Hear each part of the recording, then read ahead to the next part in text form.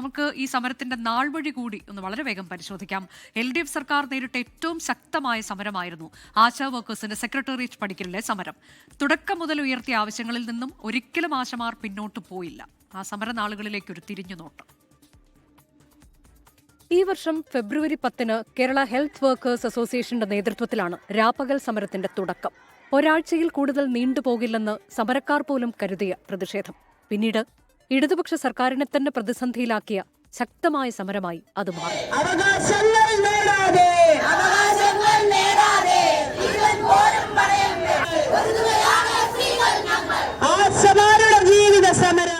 Honorarium വർദ്ധിപ്പിക്കുക, വിരമിക്കൽ ആനുകൂല്യം നൽകുക തുടങ്ങിയവയായിരുന്നു സമരക്കാരുടെ പ്രധാന ആവശ്യങ്ങൾ. പലവട്ടം ചർച്ചകൾ.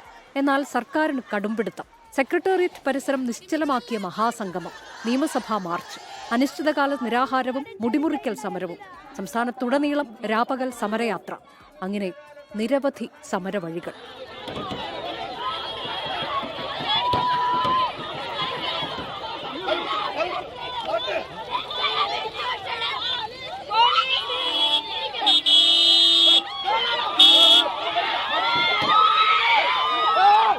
സമരകാലത്തിൽ നിരവധി ആക്ഷേപങ്ങളും ആശമാർ നേരിടേണ്ടി വന്നു.